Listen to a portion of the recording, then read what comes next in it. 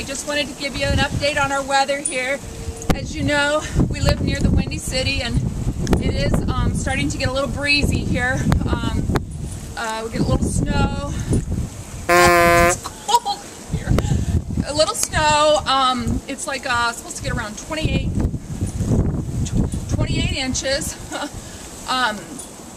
The wind is coming out of the north, which is highly unusual for here. Cold. You know, I want to I want to tell everybody out in California,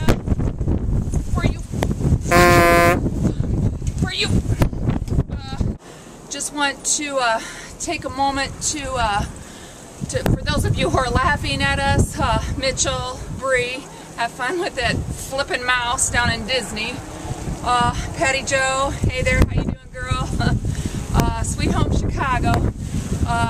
Nate, enjoy your raindrops, because if you were here, they would be snow. And Tim Ravens, you know what you can do.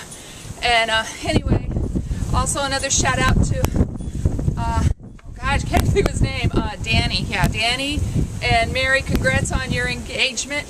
And happy birthday to anybody that's got a birthday in February. Also, I wanted to say, if I lived near a beach, this would be a hurricane, and it'd be a little more acceptable.